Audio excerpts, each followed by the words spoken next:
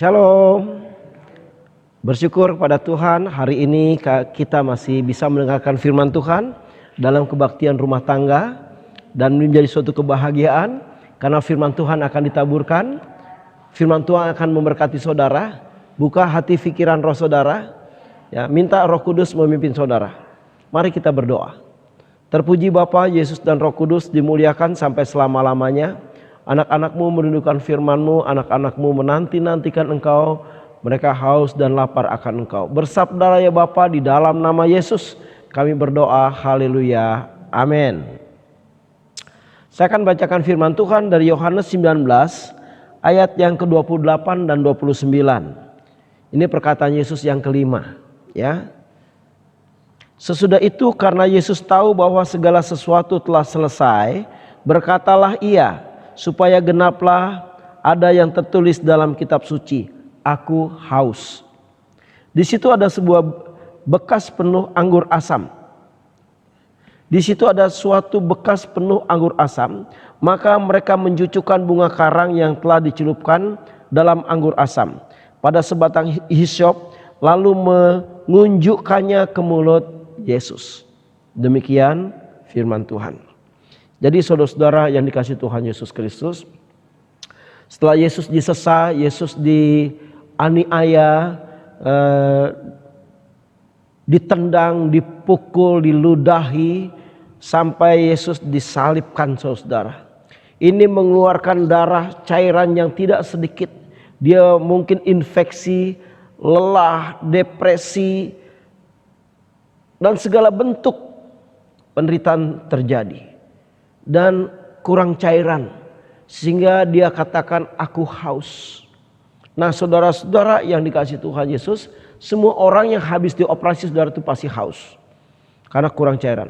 Orang puasa aja haus saudara karena cairannya kurang, apalagi Yesus, darahnya yang keluar tertumpah, tubuhnya hancur, baik depan baik belakang, ketiban salib dan sebagainya. Dia sangat menderita karena dosa-dosa kita, karena dia menginginkan kita mengalami keselamatan. Maka Yesus menderita. Nah saudara-saudara, waktu Yesus berteriak aku haus, tidak ada respon yang baik. Malah mereka mengejek. Anggur asam dicucukkan ke mulut Yesus, dan Yesus menolaknya. Saudara-saudara, begitulah penderitaan Tuhan Yesus. Tetapi di balik itu semua saudara-saudara, Yesus juga merindukan saudara-saudara mengalami suatu kehausan, ya, yaitu kehausan akan firman Tuhan, kehausan akan Tuhan, seperti yang tertulis di dalam kitab Mazmur saudara-saudara, Mazmur yang ke-42, ya, ayat 2, 3 dan yang kelima. Mazmur 42, demikian firman Tuhan. Seperti rusa yang merindukan sungai yang berair, demikianlah jiwaku merindukan Engkau ya Allah. Jiwaku haus kepada Allah yang hidup. Baiklah aku boleh datang melihat Allah. Jadi di mana pemazmur saudara-saudara, ya, ini Mazmur Bani Korah merindukan Allah, merindukan firman Tuhan, ya. Seperti rusa yang mencari-cari di mana ada gemercik air, di mana ada suara air, di mana ada sungai. Dia lari terus memburunya. Dia akan minum sebanyak-banyaknya. Nah saudara-saudara, kehausan ini sebaiknya ada di dalam diri kita. Orang yang mengalami kehausan rohani akan punya roh yang kuat saudara. Karena dia haus dan lapar akan Tuhan. Dia akan menyembah, dia akan berdoa, dia akan baca firman Tuhan, dia akan merenungkan, bahkan dia akan melayani Tuhan, membahagiakan Tuhan. Dia rindu Tuhan, dia sangat membutuhkan Tuhan. Nah ini saudara, dikatakan jiwaku haus kepada Allah yang hidup. Nah bukan haus sama bola, bukan haus sama pujian, bukan haus jabatan, bukan haus yang lain-lain saudara, ya, bukan haus minuman keras, tapi haus akan Tuhan, haus yang kudus. Amin. Nah ini saudara, sehingga pemazmur mengingatkan atau mengingatkan kembali bagaimana dia berlari menuju tujuan, ya, maju dalam kepadatan manusia untuk berjumpa dengan suatu ibadah. Saya bacakan. Inilah yang hendak ku ingat sementara jiwaku gundah gulana, bagaimana aku berjalan maju ke dalam kepadatan manusia, mendahului mereka, melangkah ke rumah Tuhan dengan sorak-sorai dan nyanyian syukur ke dalam keramaian orang-orang yang mengadakan perayaan. Jadi pemazmur begitu haus akan ibadah, saudara.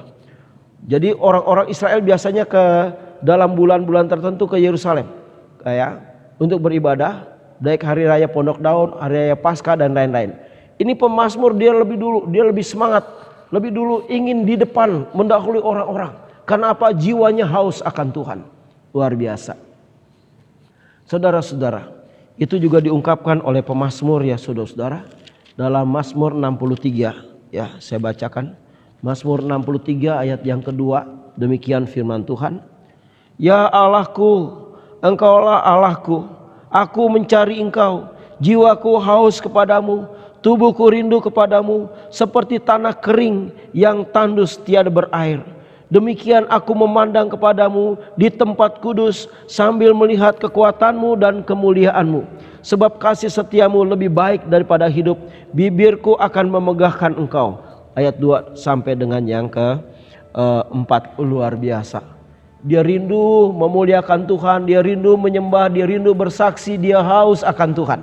Luar biasa. Dan kita saudara-saudara harus punya kehausan roh. Kalau kita punya kehausan roh, kita tidak takut menghadapi apapun juga. Tidak takut menghadapi masalah ekonomi, masalah pekerjaan, masalah rumah, masalah macam-macam termasuk masalah virus corona.